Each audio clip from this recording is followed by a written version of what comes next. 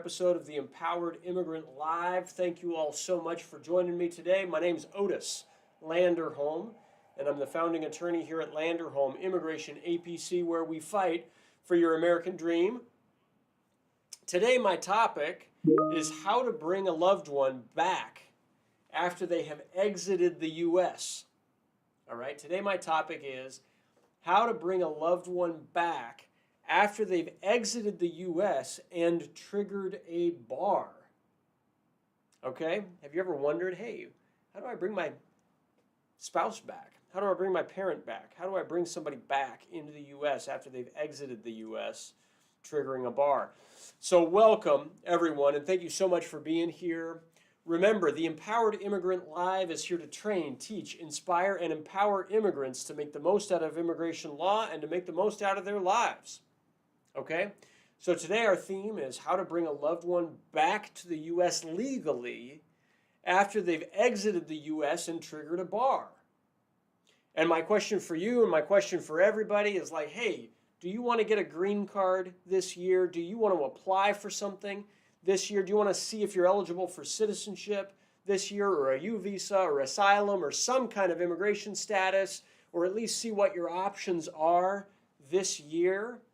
Because if so, go for it, all right?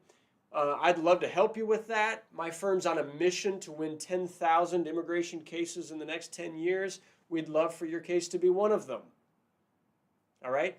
And so thanks to everybody for being here. As I'm talking about this topic, which remember, it's how to bring a loved one back into the U.S. after they've exited, triggering a bar. Let's talk about this. But as I'm talking about this topic, if you've got questions about immigration law, please send them my way. I'll do my best to answer them right here, right now, live. Okay? And so, welcome, everyone. Thank you so much for being here.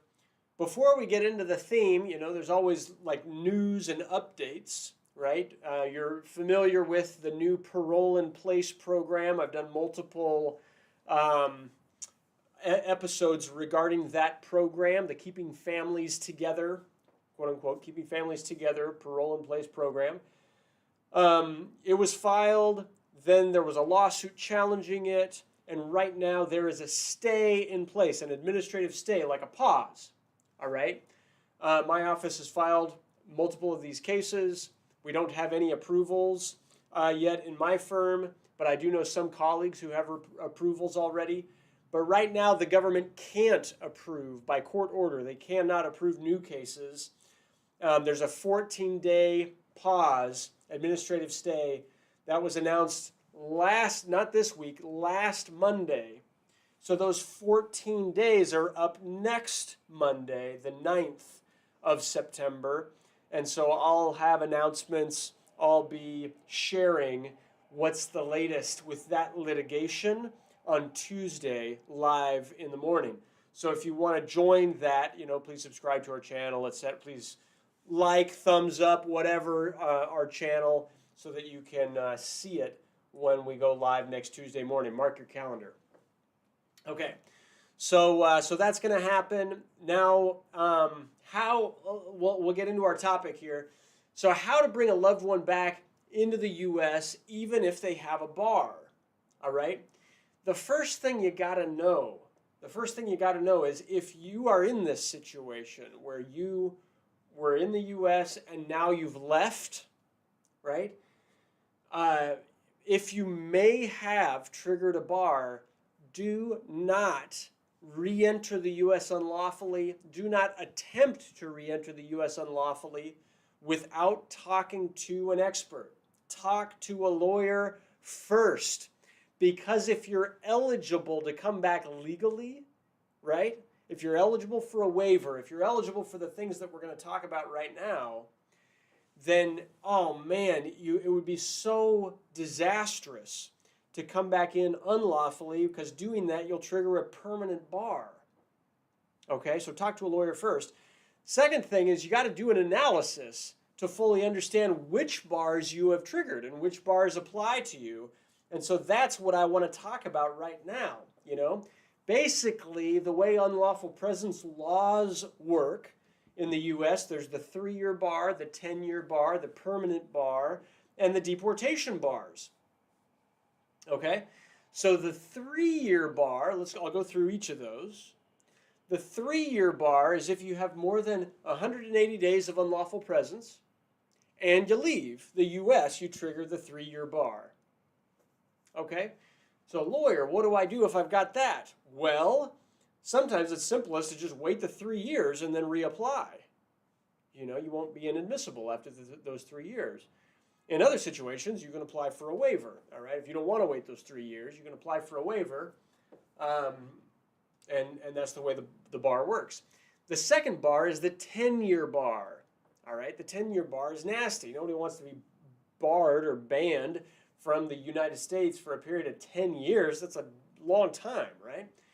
And so the way the 10-year bar is triggered is if you have more than 365 days of unlawful presence and then you leave. All right, so you do not have a 10-year bar if you stay in the U.S., but if you leave the U.S., you trigger a 10-year bar. Now, the 10-year bar can be waived. It can be waived on Form I-601, all right, if you have a qualifying relative, U.S. citizens, or a green card holding spouse or parent who would suffer extreme hardship. You got to get that waiver approved first before you can lawfully re-enter the U.S. Okay? The third type of bar is called the permanent bar, which is nasty. And basically what the permanent bar says is if you've already re-entered the U.S. after having 365 days of unlawful presence, you know, if you re-enter or attempt to re-enter unlawfully after that, then you trigger a permanent bar. Also, if you have a deportation bar and then unlawfully re-enter, you trigger a permanent bar. Okay? Does that make sense? Any questions out there about that? Ask me your questions if you have them about that. These are, even lawyers get confused about these sometimes, all right? I've got to like train the lawyers on my team when they first join our office about this because it's so important to understand. And then finally, there are deportation bars. All right, 212A9A of the Immigration Nationality Act causes inadmissibility bars caused by a deportation. It's a 5-year deportation bar if it happened at the border, and it's called expedited removal. It's a 5-year bar. It's a 10-year bar if you were ordered deported after being in immigration court in the U.S., and it's a 20-year bar. Really, it's permanent, but they label it a 20-year bar if you were deported with an aggravated felony conviction. All right? That's that. All right? That's that. And so the way it works, if the question is, hey, how can I bring my loved one back in? Well, some of those bars can be waived and others can't. Okay? So the 3 and the 10-year bar can be waived on Form I-601 in certain instances. All right? Mainly when you have a U.S. citizen or a green card holding spouse or parent, qualifying relative, we call it, who would suffer what the law considers to be extreme hardship. If you have that, then you can waive the 3 or the 10-year bar. You can't do that if you re-enter unlawfully and trigger a permanent bar. Okay, so don't re-enter unlawfully. Talk to a lawyer first. The permanent bar can't be waived unless, all right, unless. And the unless is unless you're outside the U.S. for a period of 10 years first. All right? And the trick about that, like imagine somebody has a permanent bar and they're like, what do I got to do? What do I got to do? You know? The answer, unfortunately, is win a U visa, win asylum, win cancellation of removal here in the U.S., or leave the U.S., stay outside the U.S. for 10 years, and then reapply for a waiver. And if you do that and get that waiver approved, then you can come back lawfully. All right, but that's a pretty serious, it's a pretty steep 10-year inadmissibility. Well, it's a permanent inadmissibility that you can request a waiver for if you're outside the U.S. for 10 years. All right? And now, lawyer, what about deportation bars? Deportation bars can be waived. Yes, deportation bars can be waived on Form I-212, depending on what caused the deportation. All right? Certain criminal convictions can be waived, others can't. Okay? Certain fraud can be waived, others can't. False claims to U.S. citizenship cannot be waived, for example. All right? And so you got to know that. And what if you've got some of those things? All right? What if you've got bars and things like that that are just not waivable through family? Right? Maybe you don't have a spouse or a parent. Maybe you don't have qualifying family members. Well, then we've got to explore other options. Like, what if none of those work? Well, we got to explore other options. Cancellation of removal, asylum, U visas, T visas, VAWA cases, parole type benefits. There's certain things that we can do that don't require quote unquote admissibility or that come with more generous waivers. For example, the U and the T visa come with more generous waivers. Okay? So those are things that you got to know. Bottom line, so if you've got questions, send them in, all right? The bottom line of all of the waivers and the bars and all of that stuff is, sometimes U.S. immigration laws are super harsh, all right? Have very, very harsh penalties when you leave the U.S., all right? Sometimes it's worse after you leave the U.S. than it is if you just stayed here with unlawful presence, okay? And so because of that, due to that, before you leave the U.S., talk to an immigration lawyer so you're clear, all right? What will happen when I leave? What will my arguments be to come back? Is there a legal way to get me back? Like, let's talk it through. It's wise to have that conversation with an immigration lawyer before you leave the U.S. And if you've already left, it's definitely wise to have that conversation before attempting to re-enter the U.S. Because if we could do it and get you here legally, it's so much better. All right? So now all these bars, why are they even a thing? Did you know that they didn't always exist? All right? These bars, these unlawful presence bars, were created by Congress in a law that, in my opinion, is a horrible law. It's called the Illegal Immigration Reform and Immigrant Responsibility Act, and it was passed in 1996. And it was in 1996, that law that created the 3-year bar, the 10-year bar, the permanent bar. And it's like, man, it's just horrible. For me, it's horrible, like horribly bad law that keeps people stuck, right? It's like now you aren't free to, like before, if you've got unlawful presence, great. Let's send you to Mexico, and then you'll have to consular process to win your case, right? But it didn't mean you weren't eligible, right? And now you've got all this inadmissibility stuff to deal with, and it's really a much more just anti-immigrant landscape was created in this country after 1996. So if you didn't know, now you know. Okay? So I see some folks asking me some questions. So welcome, and thank you all so much for being here. Again, my name's Otis Landerholm. I'm the founding attorney here at Landerholm Immigration A.P.C., where we fight for your American dream. So Jose, I see you here. You say, hola, abogado. Okay. Tengo pregunta. So hello, lawyer. I have a question. A person that had a voluntary return at the border, let's see, puede ponerlo en la aplicación de parole de Biden. Okay, gracias. Okay, so if a person had voluntary return at the border, should they put that in their application for parole under this new Biden parole in place process?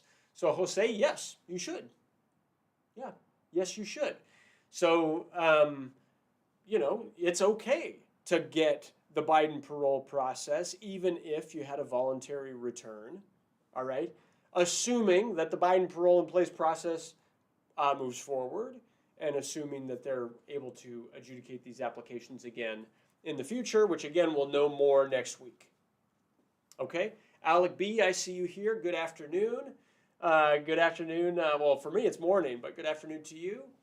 And can someone with a 10-year bar apply for an I-485 if a person has 245I and they have a U.S. citizen spouse? Well,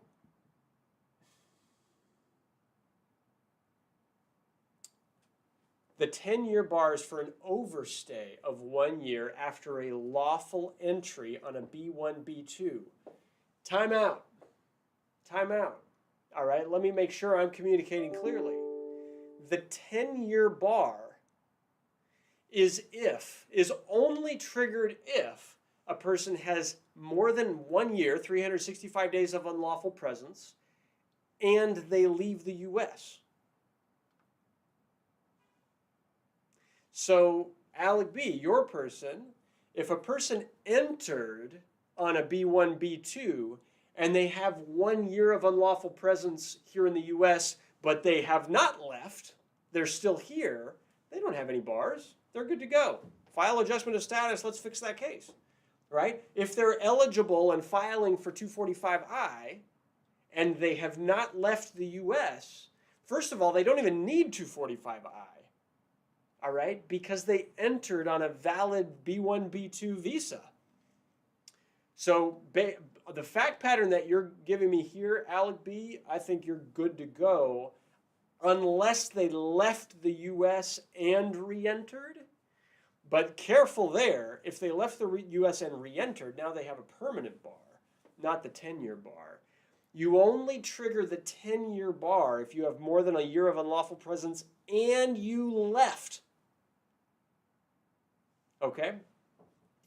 So I don't think your person has a 10-year bar. I think they just overstayed their visa, which people that overstayed their visa, hey, that's all my, every one of my clients, it's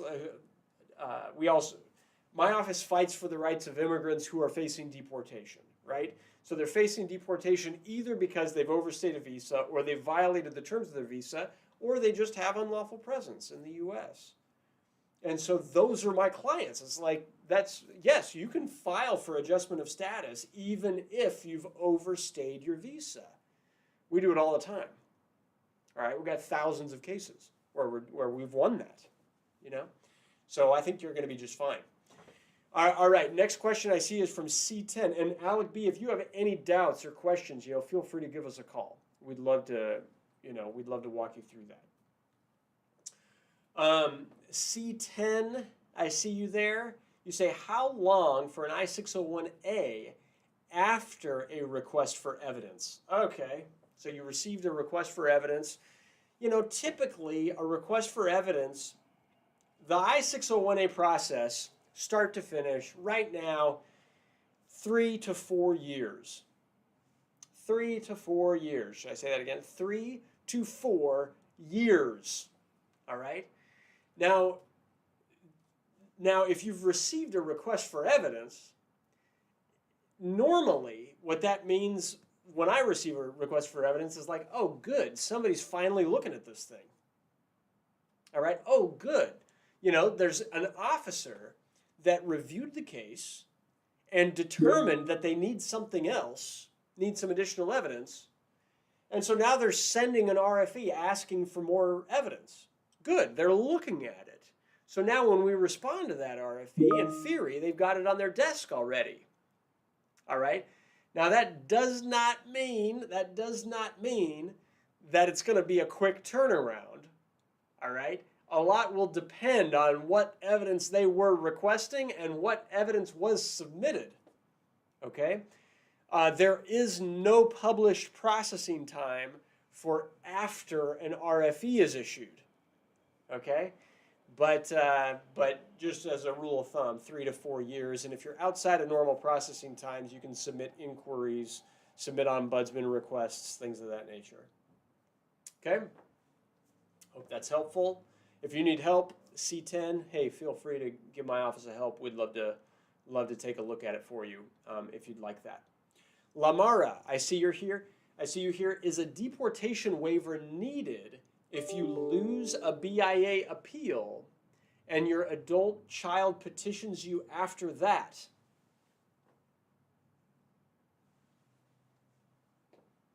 No. Lamara, I want to say this carefully. If you lost a BIA appeal, you're asking a great question. Thank you for asking this question. If you lost a BIA appeal, then in theory you have a deportation order against you. All right? However, you weren't actually deported unless you were. Like, I don't know if you're in the US right now or not. But if all the situation is that you lost the BIA appeal and now your child's petitioning for you, then no, you don't need a waiver. Instead, you need a motion to reopen. All right? The problem in a case like this, these are complex cases. The problem in a case like this is USCIS does not have jurisdiction over your case. Your case is in front of the BIA. Okay? And so you don't need a waiver. You don't need an I-212 deportation waiver. Instead, you've got to reopen your old case and file for adjustment of status in court, or file what's called a motion to dismiss or a motion to terminate in front of the immigration court or in front of the BIA in your case, Lamara, and then file your adjustment of status through your adult child petition if you're eligible to adjust status through that petition. Okay? That's a complex procedure that you'll need to go through. Otherwise, USCIS will have to reject your adjustment application, because when a case, on 99% of cases, there's an exception for quote-unquote arriving aliens, which I'm not going to go into. 99% of cases, USCIS cannot have jurisdiction if your case is currently on file in front of the Board of Immigration Appeals or in front of any immigration court. Okay? So that's just a piece of the puzzle. My best advice in a case like yours is start by requesting all the FOIAs. All right, let's review all the records very carefully so that your case is well prepared, well handled, start to finish. Okay? My office very recently won a motion to reopen in a context just like yours. All right? It wasn't from an adult child petitioner, it was from a husband petition, but we had to win the husband's citizenship case first, which took a long time in this particular case. And then after we won the husband's citizenship, now we had the husband file a petition for his wife and then filed a motion to reopen for his wife so that his wife can now adjust status and get a green card. And that's been the process. Hope that's helpful. If you have questions, hey, give us a call. We'd love to help you. Alec B., I see your follow-up here. Do they have to file an I-601 waiver for unlawful presence and then file the adjustment of status application? Alec B., the fact patterns as I understand them here, there's no unlawful presence bar. None. Okay? Which means that, no, you don't need any waivers.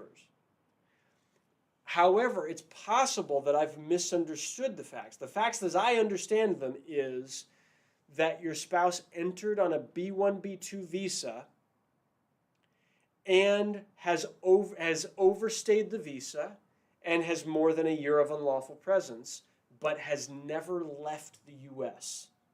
If that's the fact, and they've never been in immigration court, no arrests, no other inadmissibility, if that's the fact, the only thing that they have is unlawful presence, they do not have an inadmissibility bar.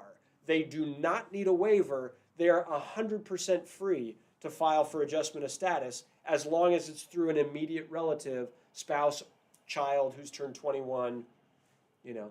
They should be good to go, no waiver needed. For that, I cannot give you that legal advice. This is not legal advice because I have not reviewed the whole record.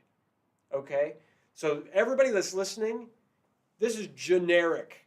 This is not legal advice. The way to get legal advice is to pay for a consultation with a lawyer, with an expert, with me, with my office, so that we can really give you accurate, precise information based on the documents that we review. But in this situation, if those are the facts, if I'm understanding the facts correctly, somebody enters on a visa, they stay in the U.S., they overstay for over a year, maybe 20 years. We've won that case. You don't need a waiver. There's no inadmissibility. You only trigger one of the inadmissibility bars if you have more than a year of unlawful presence, in the case of the 10-year bar, and then you left the U.S. All right? So I want to be like, rewind this, watch it again, watch it 10 times.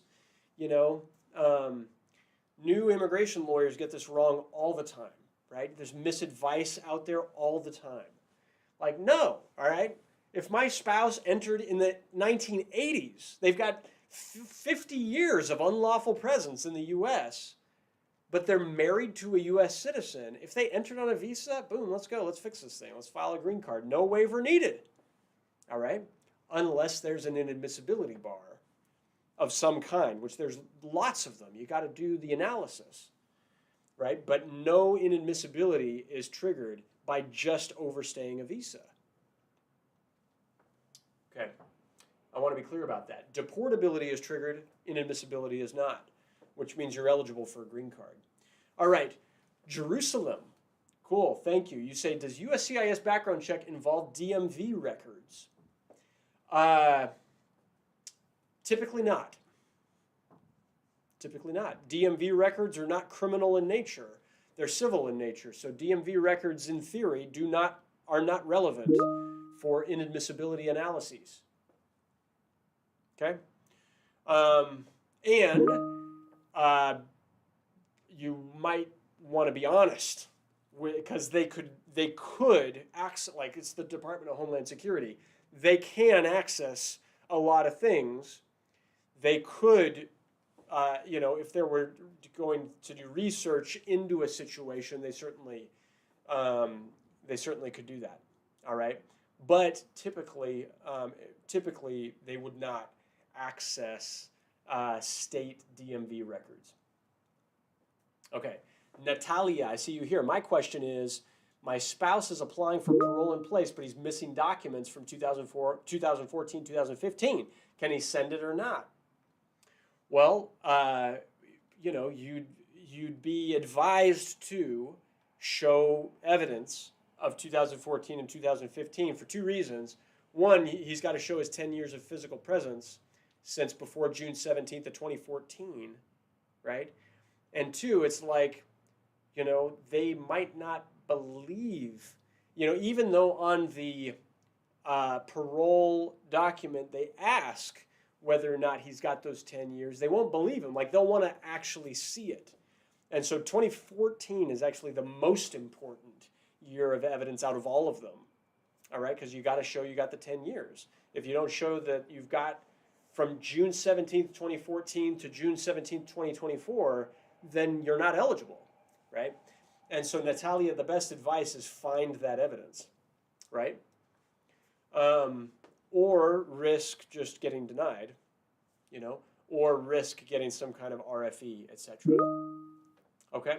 So, Hecky, what happens if you get citizenship through military service but don't serve the 5 years? What happens if you get citizenship through military service but don't serve the 5 years? I mean, cool. So the 5 years that you're referring to, Hecky, correct me if I'm wrong, The 5 years you're referring to is normally you have to have a green card for 5 years in order to apply for naturalization to become a citizen. One of the exceptions, though, is when you get citizenship through the military. So if that's the 5 years you're talking about, you don't need to worry about them.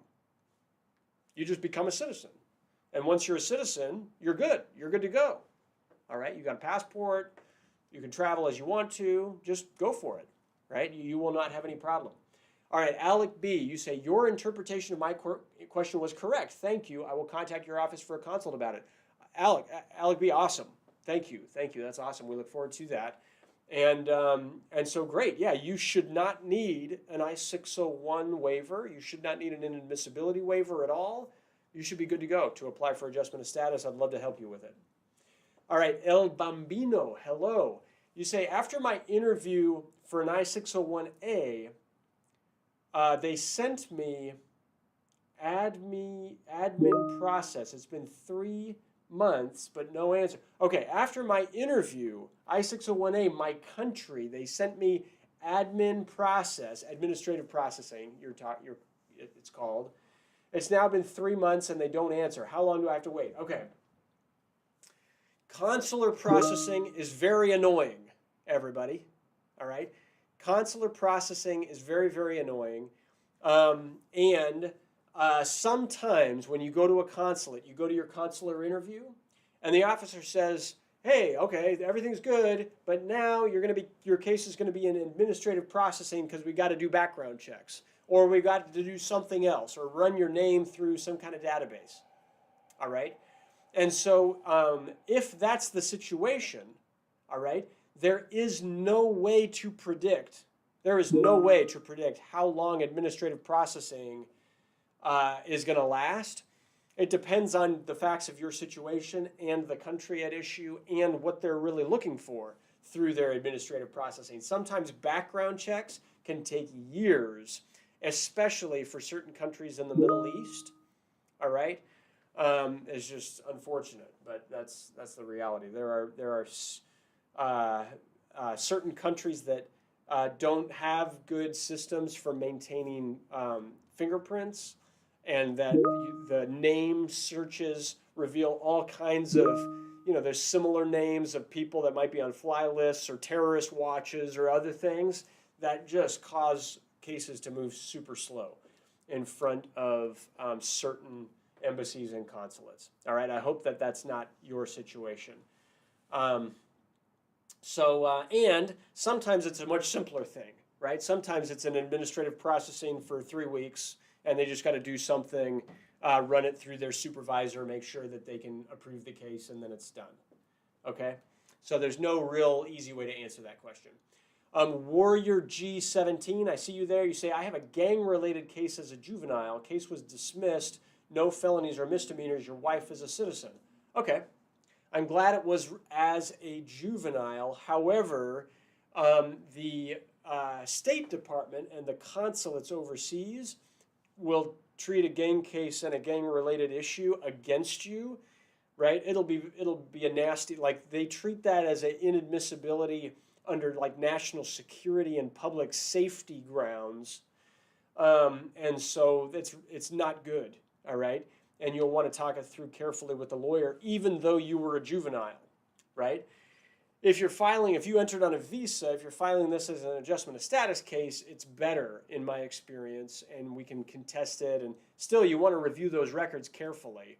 Like, let's get the records of that gang-related case, because unfortunately, it's just treated very harshly. All right? Keep the questions coming, you guys. I love it. All right? My name's Otis Landerholm. It's great to talk to each of you.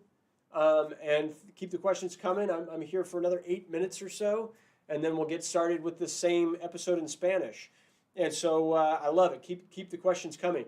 So Hecky, I see your follow-up there. You say 5 years in the military to remove conditional conditions on a conditional green card.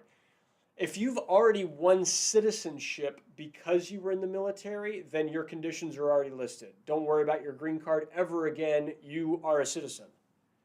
Okay? So congratulations to you if you've already won your citizenship. And if you're going through the citizenship process and it hasn't been approved yet, then what the government will often do in that situation is they'll remove the conditions and approve the citizenship, the N-400, on the same day. All right, and we've seen that happen sometimes. Okay? So Warrior G, your son's currently in boot camp. That's awesome. That means that's so much better. Thank you for clarifying that. So Warrior G, this is my best advice based on your situation. Talk to a lawyer first and foremost. But what I would very likely suggest is have your son file for parole in place for you. Not this Biden parole in place, military-based parole in place. If your son's in boot camp, file military parole in place so that you get the parole benefit. Then have your wife file for your adjustment of status without leaving the U.S. Do it here in the U.S. That way you can have appeal rights in case the government treats that gang issue overly harsh. And let's really look at the gang-related juvenile issue carefully to see, does it say that you were a gang member or just affiliated with them or whatever. Like, let's really look at it clearly so that we can maximize your chances of success. Okay? Last question, and then I'm gonna wrap up for today. So, Vicente, hello. You say, recomiendas hacer el nuevo parole si tengo barra permanente. Do I recommend that you file for this new parole if you have a permanent bar? I mean, right now there's a pause, administrative stay, all right, in place. So we don't even know what's going to happen with this new parole. And it seems like the way the regulations are here, it seems like, yes, you can apply for this parole even if you have a permanent bar. However, you will not get a green card. All you will get is parole, all right, which in theory is valid for 3 years and can get you a work permit until that third-year deadline. So if you want a work permit, we don't know if it'll be renewable, and nothing else, then sure, do the parole in place. All right, but let's wait and see what happens with this parole in place program before.